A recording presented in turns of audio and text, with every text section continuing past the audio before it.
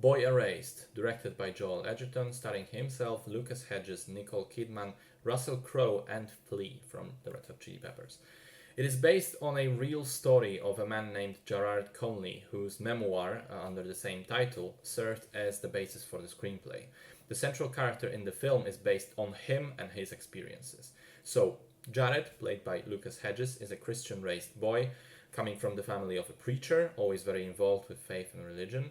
When he goes to college, he gets into a situation with another boy. A situation that once revealed to his parents, played by Kidman and Crowe, forces him to reveal that he is in fact gay.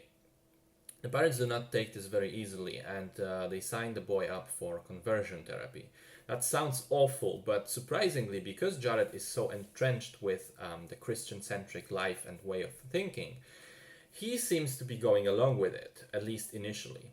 He is conflicted about himself, as his sexual preferences do not align with what he believes in, with what he was raised to believe. So he does go to the therapy center run by Victor Sykes, played by Edgerton, and it quickly turns out that the man is not a qualified therapist or psychologist. He's more of a glorified preacher that uses questionable methods to forcibly make the boys and girls that attend his sessions renounce their preferences and change them.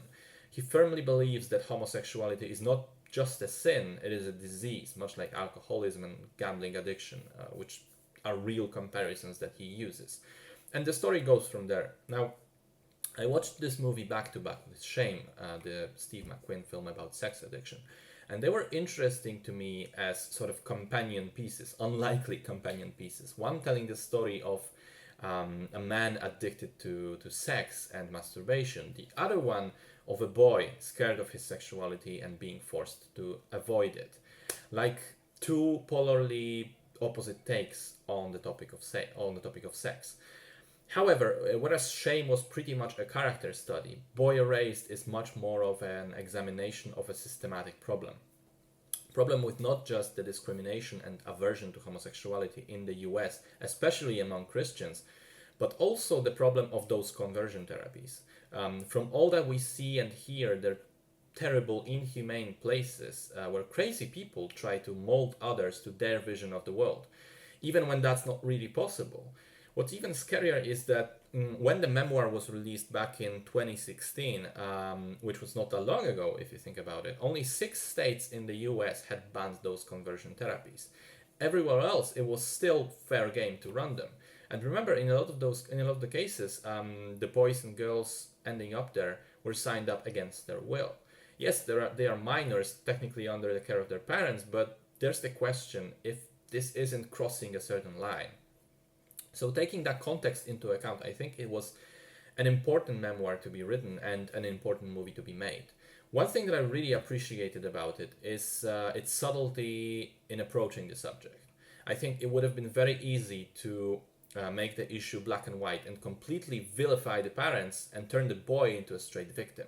But it's made very clear that, as I said, initially Jared himself is on board with the idea because being attracted to men scares him. It is new to him, and so he searches for answers in the only place he's ever known, which is religion, and the whole system built around religion in the US. And on the other hand, as soon as he realizes he needs to get out, his mother immediately supports him. I think Nicole Kidman gives a really solid, layered performance of a wife that is put in that very traditional role of someone who supports her man but doesn't question him. But at a point, she also has to ask herself, where is that line? Where is that uncrossable line between religious views and the well-being of her son? And whether or not she should break the silence, whether or not she should break out of that humble wife shell and speak out. In terms of other performances, I think everyone else is fine.